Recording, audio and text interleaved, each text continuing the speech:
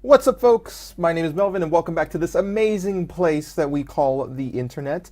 Now, Nintendo recently, this is actually not that recent, it's actually old news considering how fast the internet goes and how much stuff the internet puts out in a single day. But considering that yeah, it is still January. Wow, I lapsed just for what month it was. Yes, January does not have a lot of gaming news out there, considering December, November and December is like the prime time for new games for people to buy. So January is kind of dry. So I'm going to be talking about this, but I hope we can bring up some sort of conversation here. Hopefully, we can have something interesting to talk about because it's about Nintendo Labo. And if there's any company out there that is very creative with how they represent a console, remember that a console, at least in most people's minds, is a thing that plays video games. It's not a thing to build things. It's not like anything like that. It's just video games. You get your controller, you have a screen, you play games. It's crazy enough that Nintendo made their home console into a portable device. Well, that one thing is a crazy idea, and Nintendo did pull that off successfully, selling millions and millions of. I think they actually sold more consoles. They finished. They outsold the Wii U in less than a year. That's insane. That is an insane amount of consoles to sell for any company, even Nintendo. That's an insane amount. But yeah, they successfully did it. But now Nintendo's even doing crazier things with their console by turning it into some sort of create like DIY kit in a way. So what Nintendo Labo essentially is, it is a bunch of these, yeah, like again, like DIY creations where you can make stuff out of cardboard, but they work together with your Nintendo Switch and your Joy-Cons. One of a cool creative example that I thought it's very simple, but it's actually cool, is this kind of creature. You put your Joy-Cons in it, and then the vibration will actually move this little cardboard creature around, it's something simple, but it's cool. So kids, it obviously looks like it's for kids. It's designed for kids. I don't think there's that many adults in the trailer, honestly. But yeah, we see these kids playing a piano. We see them like making this robot kit, and I see what Nintendo's trying to do. I always appreciate whenever Nintendo tries to do something different. I always appreciate it, even though from how many games came out with the Wii U, I kind of hate the console, even though I own it. I still appreciate what they tried to do. I still appreciate the fact that they tried to, add a tablet on top of a controller. It wasn't even that uncomfortable. It had some kinks, but it could have been a successful console if Nintendo did a better job advertising and working with third-party developers. But this is something completely different. I can't say I've ever seen Nintendo do anything like this.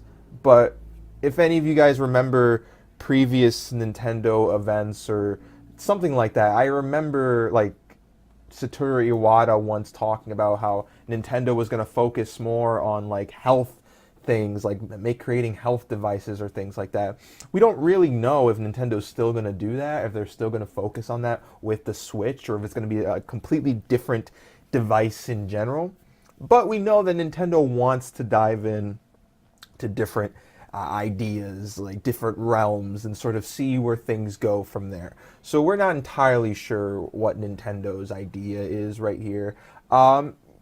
People are comparing this to Legos or things like that. It's like, oh, it's a fun, creative way, but it's highly limited. There's really not much to do unless you buy the creation kit, and that costs $70. I don't know how many things you get for that $70. I don't know how big that value is. Is it as much of a game? How many hours of entertainment are you going to get?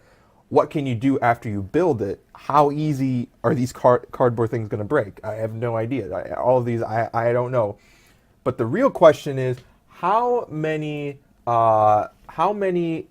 kids do you think are going to want cardboard for their birthday or cardboard for Christmas? Again, I know I shouldn't be focused so much on the visual aspects of it, but it's pretty important, when you're trying to show yourself off. But one of the funny things is that made Nintendo stocks go up. They went up 4% after they announced this. And I don't know if they announced anything else. I think there was a Nintendo Direct Mini, but I don't really feel like talking about that. It's not really super interesting. Uh, but yeah, we see this, and it's just like I don't know how appealing this will be to kids or adults. So I really don't know where this would go. And if people want an alternative that's incredibly cheap, like for kids to design their own things, I would much more rather them have a Raspberry Pi. You can get those as cheap as $10, and you can sort of create your own machines. If you have a mom or dad with you, you can buy the items and sort of create your own things with a $10 computer. You can learn code, like you can actually learn code and actually get a job one day, if there's still demand for it. Plus, you make a lot cooler stuff, more practical things.